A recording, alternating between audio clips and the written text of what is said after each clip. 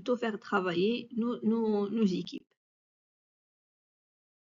Passons maintenant à un exemple pour bien comprendre ce concept de lissage de charge-capacité. On va prendre en considération l'exemple qu'on a vu dans la partie MRP. Dans l'exemple, on a deux produits A et B. Un qui est plutôt un produit fini et B qui est en même temps un produit fini et un composant.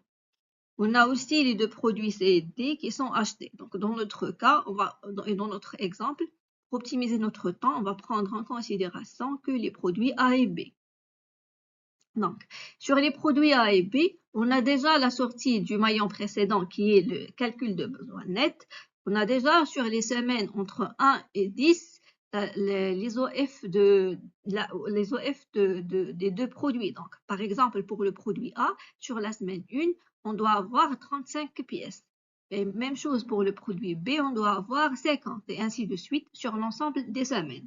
Donc, ça, c'est le résultat de l'exercice qu'on a déjà fait lors du cours. Et du coup, vous avez déjà cette partie. Par rapport à la partie concept plutôt charge-capacité, on a 5 machines, 5 postes. Donc, la machine M1, la machine M2, la machine M3, la machine M4 et la machine M5.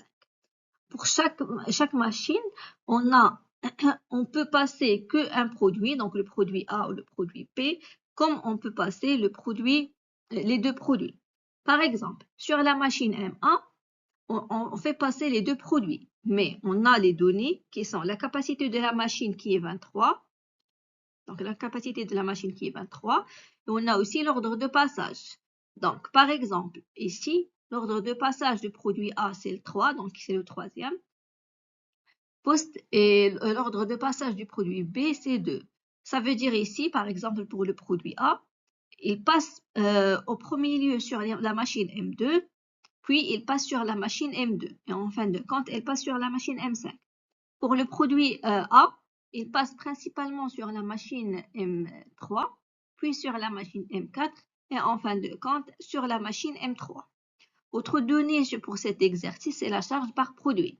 Ça veut dire, pour produire un seul produit A, quantité 1, on a besoin de 0,3 heures sur la machine M1.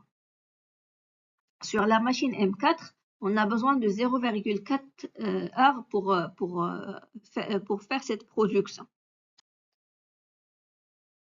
Donc, dans notre cas, on va prendre la machine M1, on va prendre les données de la machine M1 et on va essayer de voir la capacité et la charge et de faire ce lissage de charge-capacité.